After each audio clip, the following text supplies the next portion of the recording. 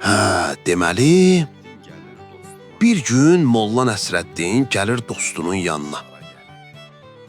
Dərd əlindən lap zara gəlib. Ay qardaş, aman günüdür, mənə bir məsləhət ver. Vay vay vay, evim o qədər dardır ki, elə bil siçan deşiyində yaşayırıq. Adam içərdə dönüb arxasına baxa bilmir. Dostu belə baxır, saqqalını sığallayır və təmkinlə deyir. Paho, belədir. Yaxşı, sən get evə. Həyətdə nə qədər toyuq, cücə, qoyun, inək, lap o qapıdakı iti, pişiyi də hamısını sal evə. Bir həftə elə yaşa.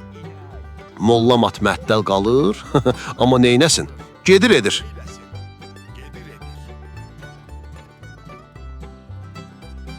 Bir həftədən sonra Molla qaça-qaça qayıdır.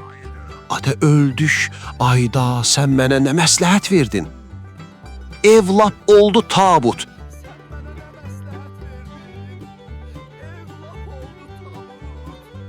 İnək bir yandan böyürür, toyuq başıma çıxır, nəfəs kəsildi ki, ay rəhmətliyin nəvəsi.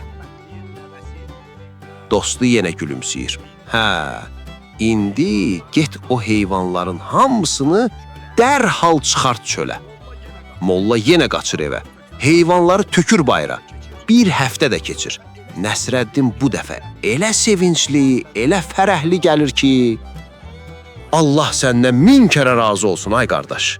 Ayda, sən demə bizim evimiz yox Elə bil, şah sarayıymış. Qoyun quzu çıxdı, ev elə genişləndi ki, adam azır içində. Adam azır içində.